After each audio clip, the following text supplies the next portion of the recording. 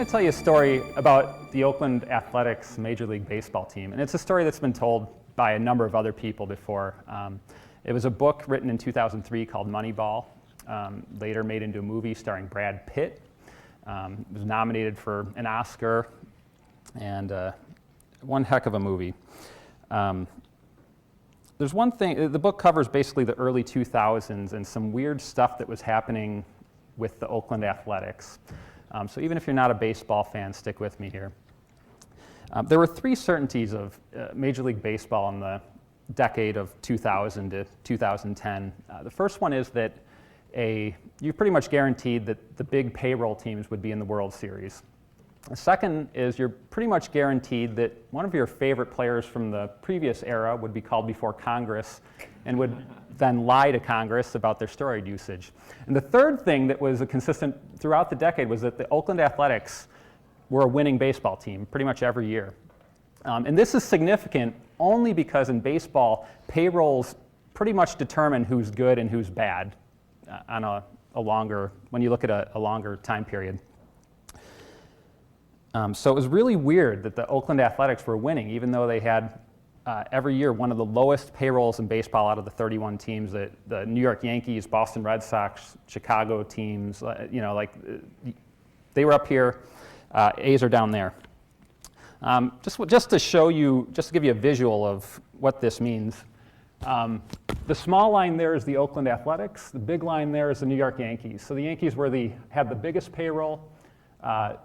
The A's had the smallest payroll. And if we break that down further and look at it in terms of wins and what each team paid per win, the A's paid, for their 96 wins, they took first place. This is last year. They took first place, and I'm just like kind of taking this data, and it's pretty much consistent from 2000 to today. But last year, the Oakland Athletics paid $710,000 per win. New York Yankees won 85 games, took third place in their division, didn't make the playoffs. They paid $2.7 million per win.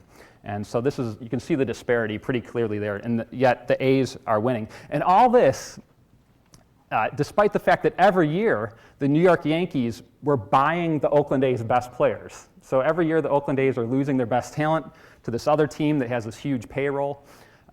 Yet the Oakland A's continue to win. So how is this possible? It's defying all the conventional wisdom of baseball year after year. And the answer is this guy. His name's Chad Bradford. And not someone you'd want. His baseball card's a common in the deck. You can get it for 3 cents. He was an average pitcher, played 4 years before he came to the A's. He was an average pitcher before the A's, average pitcher when he made it to the A's. But the thing that made Chad Bradford stand out is this. Chad Bradford's salary was $170,000, and players of similar ability and talent were making around $3 million. So somehow the A's were able to get Chad Bradford for about a 94% discount. Is what they paid, basically, for the same talent. And why is this? It doesn't make any sense. Baseball is basically a free market. You can get the highest bidder gets the best players, basically. But here's why. Chad Bradford throws what's called submarine style. So he throws a baseball like this. It looks like he's bowling. And what general managers and people who run baseball teams for various reasons, they want to see a guy who throws like this, overhand.